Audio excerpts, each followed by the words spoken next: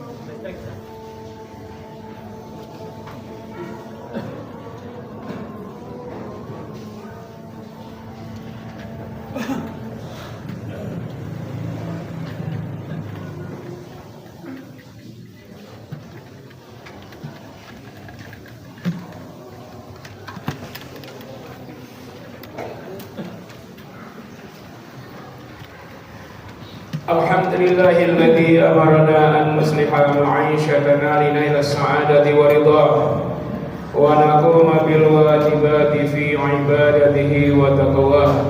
أشهد أن لا إله إلا الله وأشهد أن محمدا رسول الله. اللهم فصل وسلم وبارك على محمد وعلى آله وصحبه أجمعين. فيا عباد الله اتقوا الله رب العالمين، فالتقوى وصية الله للأولين والآخرين وشعار المؤمنين ورثال المتقين. وقال الله تعالى في كتابه الكريم: أعوذ بالله من الشيطان الرجيم: ولا تقولوا لمن يقتل في سبيل الله أموات بل أحياء ولكن لا تشعرون. Sadaqallahul azim. Allahumma arhamna bil Qur'an. Jemaah rahimahullah, tema kita seputar fatwa MUI haramnya produk Yahudi dan turunannya. Sekarang jadi viral karena MUI telah mengeluarkan fatwa ini, berbagai respon muncul. Bahkan ada yang menolak ya dengan alasan tidak ada urgensinya. Ada yang mengatakan ini termasuk di antara merubah dari hukum yang halal menjadi haram. Ini masalah. Perlu didudukkan jemaah sekalian perkara ini. Ini hanya salah satu di antara fatwa yang sebelumnya adalah MUI menyatakan agresi pembantaian Israel atas Gaza dan Palestina ini perbuatan yang sangat keji dan jauh dari maqasidus syariah, yaitu hifdzun nafs. Jadi maqasidus syariah itu yang pertama itu menjaga nyawa, tapi mereka telah menghilangkan nyawa. Nah, maka hukumnya wajib membela Palestina dalam hal ini. Yang kedua, haram mendukung Yahudi dengan perbuatan ini. Nah, di antara uraiannya adalah bahwa termasuk mendukung Yahudi adalah dengan mengkonsumsi, menyebarkan, memajukan produk Yahudi dan turunannya. Karena itulah muncul fatwa MUI haram hukumnya.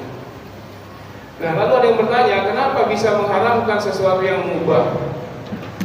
Perlu diketahui jemaah sekalian, landasan berfikirnya begini. Dalam Islam ada 5 hukum syara. Ada wajib dikerjakan berpahala, tidak akibatnya dosa. Ada makruh, kerjakan berpahala, kalau tidak nggak ada konsekuensi dosa. Ada sunnah dikerjakan berpahala, ditinggalkan tidak apa-apa. Dan ada haram yang dikerjakan berdosa, ditinggalkan tidak ada masalah. Nah, ada mubah. Definisi mubah selama ini atau halal, perbuatan yang dikerjakan atau tidak, maka tidak ada konsekuensi dosa atau pahala. Termasuk dalam ini makanan, minuman, termasuk produk-produk dari non-muslim. Ini definisi lama, definisi klasik. Definisi ini sudah digugat dalam banyak disertasi.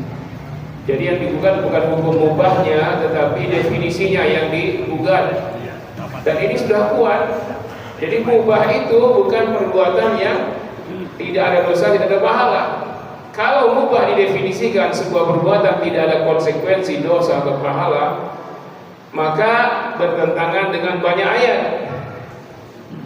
Dalam Al-Quran disebutkan, misalnya di surah Az-Zalzalah Allah menyebutkan faman ya'mal mithqala dzarratin khairan yarah wa man ya'mal mithqala dzarratin syarran yarah. Perbuatan amal yang baik termasuk makan minum itu baik. Kenapa? Karena kalau tidak makan minum tidak baik, apalagi sampai berhari-hari. Maka sekecil itu pun kebaikan pasti dibalas dengan balasan yang berbobot di yaumil akhir. Begitupun perbuatan buruk sekecil apapun pasti dibalas. Artinya perbuatan sekecil apapun kalau mubah dikatakan tidak ada konsekuensi, maka bertentangan dengan ayat ini. Juga misalnya ayat dalam Al-Quran, wa ma yalfidhu min qawlin illa ladayhi raqibun atid. Surah Kafir. Surah Kafir. Tidak ada satupun kata yang terucap oleh manusia, termasuk antum sekarang sedang mendengar khutbah, Ini pasti hatinya berkata ini. Yang tidak berkata hatinya pasti tidur. Nah, apa yang antum ungkap di hati itu seluruhnya ditulis oleh malaikat raqib dan atid. Kalau perbuatan itu tidak ada faedahnya, konsekuensinya dosa dan pahala, maka tidak untuk apa malaikat raqib atid menulisnya. Juga misalnya ayat dalam surah An-Naba, wa kullu syai'in ahsaynahu kitaba. Segala sesuatu serinci-rincinya ahsaynahu, kami tulis semuanya, kitaba, lalu dihimpun dalam satu kitab, dan kitab itu akan diterima apakah dari kanan, dari belakang, atau dari kiri di yaumil akhir. Juga misalnya ada ayat, ma li hadzal kitab la yughadiru shaghiratan wala kabiratan illa ahsaha. Jadi banyak manusia yang kaget di yaumil akhir ketika menerima kitabnya. Aduhai, kitab macam apa ini?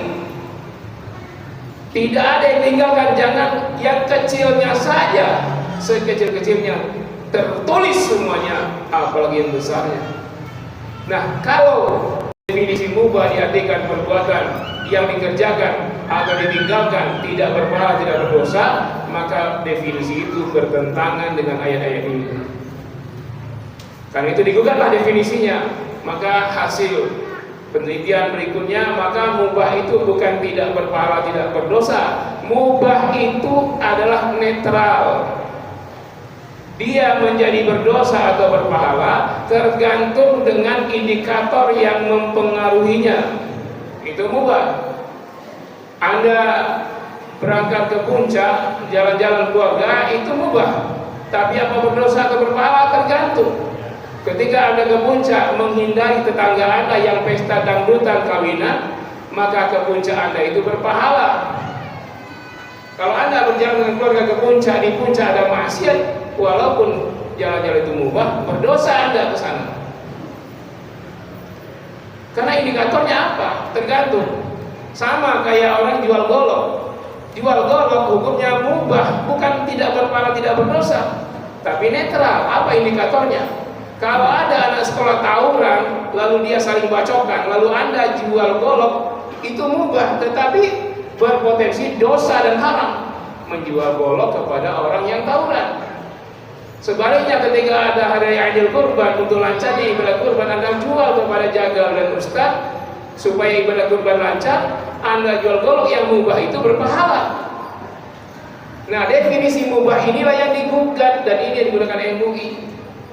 Air minumnya itu halal, tetapi karena keuntungannya dipakai untuk membeli tank baja dan senjata yang ditembakkan di kepala anak-anak Gaza, indikator itulah yang menyebabkan menjadi haram.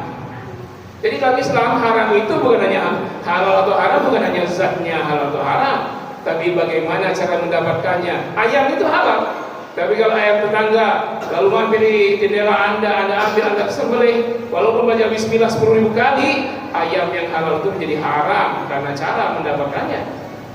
Dan juga dan untuk apa digunakannya, itu juga indikasi menjadikan dia halal atau haram. Maka fatwa MUI yang menyebutkan produk Yahudi dan turunannya itu haram menjadi sangat tepat pada saat ini, karena dengan bengisnya ya orang-orang Yahudi membantai terutama anak-anak sudah belasan ribu.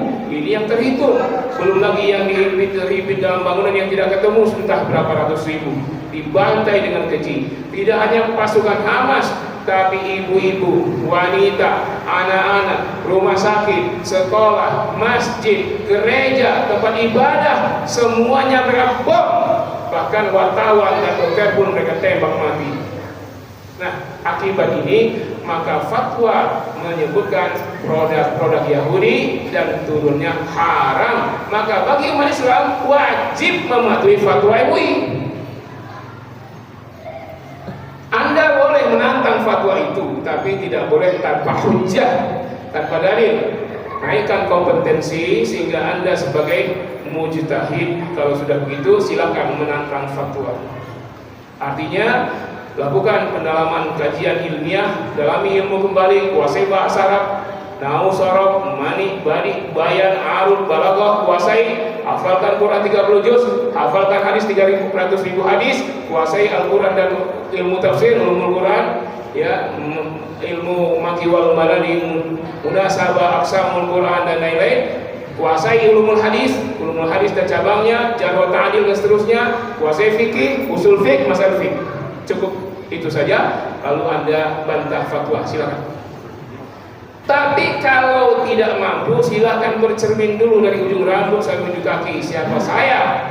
Oh, ternyata masih jauh di bawah ulama MUI. Maka sami'na wa ata'na, patuhi fatwa. Adapun nanti apa yang Anda bisa penuhi, Anda penuhilah. Jangan sampai belum apa-apa sudah kita tolak. Apalagi memfitnah, menuduh bahwa ulama-ulama itu yang memfatwakan haram itu telah merubah hukum dari mubah jadi haram. Nah, dari mana dalil itu? Ya, justru yang produktif adalah kita patuhi. Kalau ada beberapa hal yang belum bisa kita tinggalkan, jangan menolak fatwa. Apa yang sudah terbeli ya mungkin bisa kita salurkan, apa minumannya untuk kasih minum kucing atau yang lain. Apa yang sudah terpakai barangkali dari pakaian mungkin sudah bisa kita gunakan, mungkin kain pel, baju-baju merek-merek Yahudi itu, makanan, minuman, ya. Karena keharaman tidak hanya karena zatnya haram, tetapi indikator apa yang mempengaruhi perbuatan mubah itu sehingga menjadi haram. Nah, ini sudah jelas di mas sekalian, apalagi kalau kita merujuk kepada para ulama mazhab yang mereka sudah menyusun di antara kaidah usul fikihnya, misalnya Imam Syafi'i dengan kaidah al-wasilatu ilal haram fahiyal haram, wasilah kepada yang haram maka wasilah itu menjadi haram. Karena wasilah keuntungan bisnis Yahudi itu dipakai untuk membeli pesawat tempur yang ditembakkan dengan bom-bom ke Gaza, perbuatan ngebom itu haram. Maka wasilahnya yaitu bisa beli pesawat itu dengan keuntungan bisnis, maka itu menjadikan produk Yahudi itu menjadi haram. Itu kalau kita menuju pada kaidah usul fikih Imam Syafi'i dan semua ulama mazhab. Ya, termasuk di antara kaidah misalnya taghayyur ahkam, kita ghayyiril amkina wal azmina wal ahwal. Bisa terjadi perubahan hukum karena perbedaan tempat, perbedaan waktu dan perbedaan keadaan. Nah, seperti ini keadaannya berbeda dengan normalnya. Maka bagi kita umat ya tidak ada kecuali kita sami'na wa ata'na dengan fatwa ulama. Tadi syaratnya silakan mau membantah fatwa, naikkan dulu kompetensinya sampai sederajat imam mazhab. Tapi kadang-kadang yang menolak ini ya keilmuannya dipertanyakan. Mungkin dia profesor, mungkin dia doktor, tetapi basicnya bukan Islamic Studies. Dia profesor fisika, dia profesor insinyur, profesor teknik. Ya, ini tidak sah untuk membantah hukum Islam. Ya. Nah, jadi itu cuma sekalian. Karena di antara cara kita menolong saudara kita yang ditindas, mestinya yang layak yang Nabi man ra'a minkum munkaran falyughayyir bi yadihi. Kalau ada kemungkaran termasuk pembantaian Yahudi itu atas bangsa Palestina, cegah dengan tangan, dengan kekuasaan, dengan kekuatan. Artinya cegah pesawat tempur dengan pesawat tempur, cegah tentara dengan tentara, cegah tank baja dengan tank baja. Itu baru namanya mencegah. Kalau mencegah tank baja dan pesawat tempur dengan obat-obatan dan makanan, obat-obat dan makanan tidak bisa melegakan kepala tentara Zionis, nggak berimbang. Tapi itu pun tak dilakukan. Bahkan ada yang bergelar ustadz malah mengatakan sumbangan kita ke Gaza itu kadang-kadang banyak tidak sampainya. Padahal kita tidak ada urusan dengan sampai tidak sampai. Tapi apakah kita sudah berbuat? Nah, belum ternyata. Percuma juga kita tidak bantu. Alat-alat alutsista kita itu juga ada umurnya, ada expirednya, dan nanti pasti diganti juga dengan baru. Buktinya sudah 2 pesawat kita jatuh saja tanpa perang. Kalau pesawat sudah berumur, tank baja sudah berumur, lalu kita diserang, nanti kita gunakan. Nanti musuh kita, penjajah kita tidak melawan kita, diam aja dia, nggak usah ditembak, jatuh sendiri gitu. Nah, sekarang masih produktif, kirimkan pesawat tempur, tank baja, bela rakyat Palestina. Hancur-hancurlah di sana. Toh kita akan ganti dengan alutsista yang baru.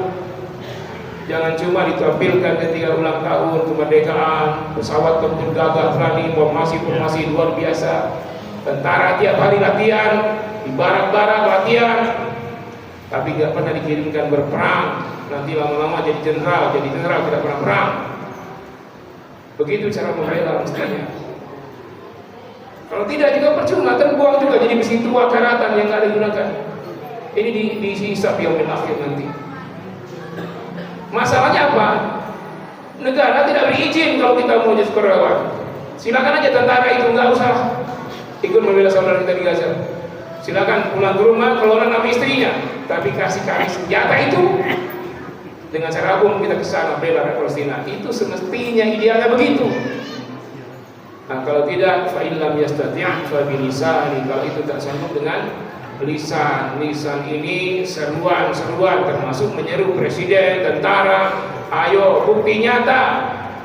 Kenapa negara muslim dengan penduduknya 2 miliar ketika ada pembantaian mereka hanya diam, mata buta, telinga tuli, mulut bisu? Berapa banyak anak-anak kecil berserakan jenazahnya.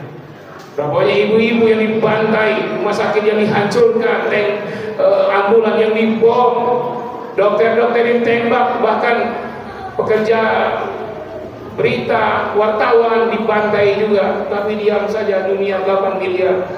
Nanti kalau generasi ini hilang, satu negara, satu bangsa hilang, 8 miliar ini jadi saksi yang mencorengkan sejarah hitam bahwa ada pembantaian. Lalu sang pembantai tidak diberi konsekuensi apa saja. Padahal kucing saja dipukul patah kakinya, maka siap-siaplah tempatnya dekat jahanam. Apalagi ini anak manusia, tidak ada yang membela. Fa'ilam yastati', kalau itu pun tak sanggup kalian, fabiqalbihi, dengan doa yang keluar dari hati yang dalam. Itu pun kata Nabi, dzalika ad'aful iman, itu iman yang paling lemah.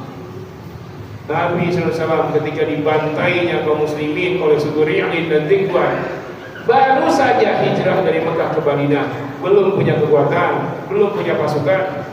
Masuk Islamlah 2 suku Ri'in dan Dzikwan.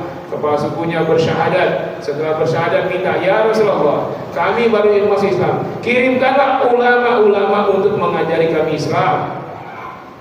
Nabi kirimkanlah beberapa orang sahabat, 5-7 orang di suku Ri'in dan Dzikwan. Tahu-tahu dibantainya di sana, disembelihnya sahabat.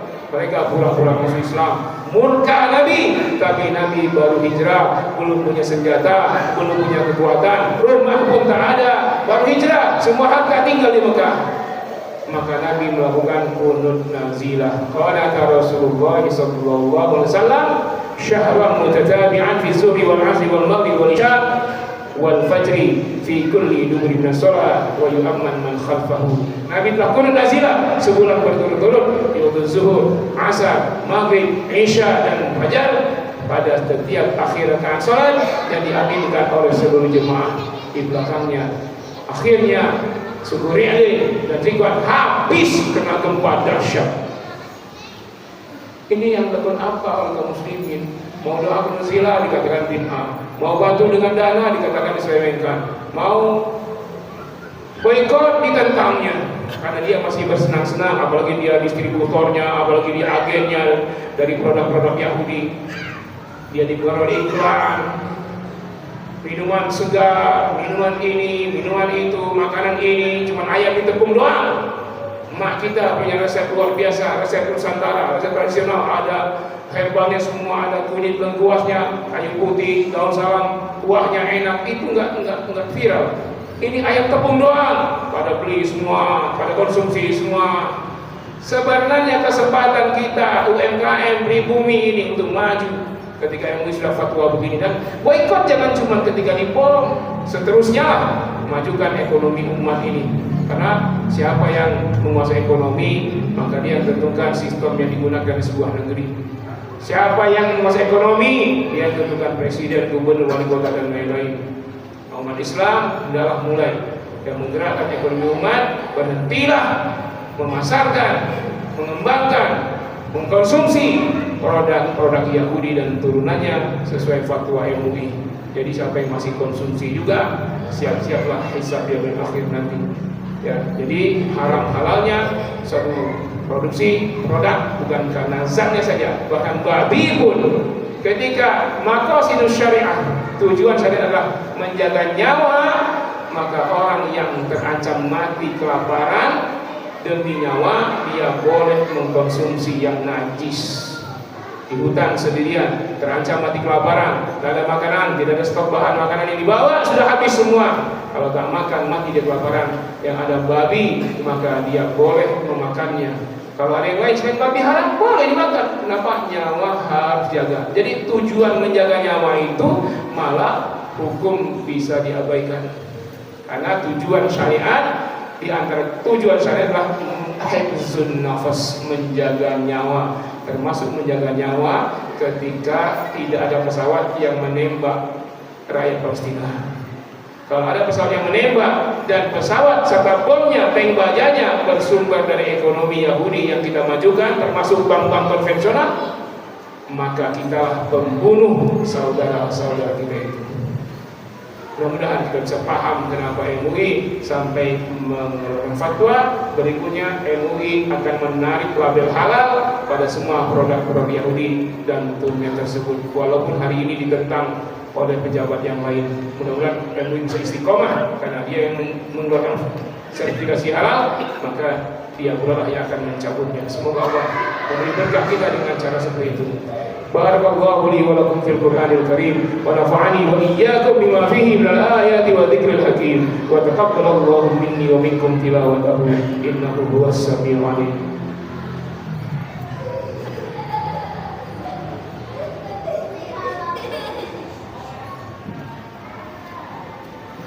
Innal hamdalillah nahmaduhu wa nasta'inuhu wa nastaghfiruhu wa nasta'dihi wa natubu ilayh wa na'udzu billahi min shururi anfusina wa min sayyiati a'malina man yahdihillahu fala mudilla lahu wa man yudlilhu fala hadiya lahu. Asyhadu an la ilaha illallah wa asyhadu anna Muhammadar Rasulullah. A'udzu billahi minasyaitonir rajim. فقلت استغفروا ربكم إنه كان غفارا يرسل السماء عليكم مدرارا ويمددكم بأموال وبنين ويجعل لكم جنات ويجعل لكم أنهارا فيا عباد الله اتقوا الله وأطيعوه ويا عباد الله إن الله وملائكته يصلون على النبي يا أيها الذين آمنوا صلوا عليه وسلموا تسليما اللهم صل على محمد وعلى آل محمد اللهم اغفر للمسلمين والمسلمات والمؤمنين والمؤمنات الأحياء منهم والأموات فيا قاضي الحاجات اللهم اغفر لنا ذنوبنا ولوالدينا وارحمهم كما ربونا صغارا اللهم ارزقنا إماما عادلا طاعة أمانة صالحا في بلدنا هذا وفي كل بلاد المسلمين اللهم إنا نسألك إماما عادلا طاعة أمانة طاعة لشريعة الله ولرسول الله صلى الله عليه وسلم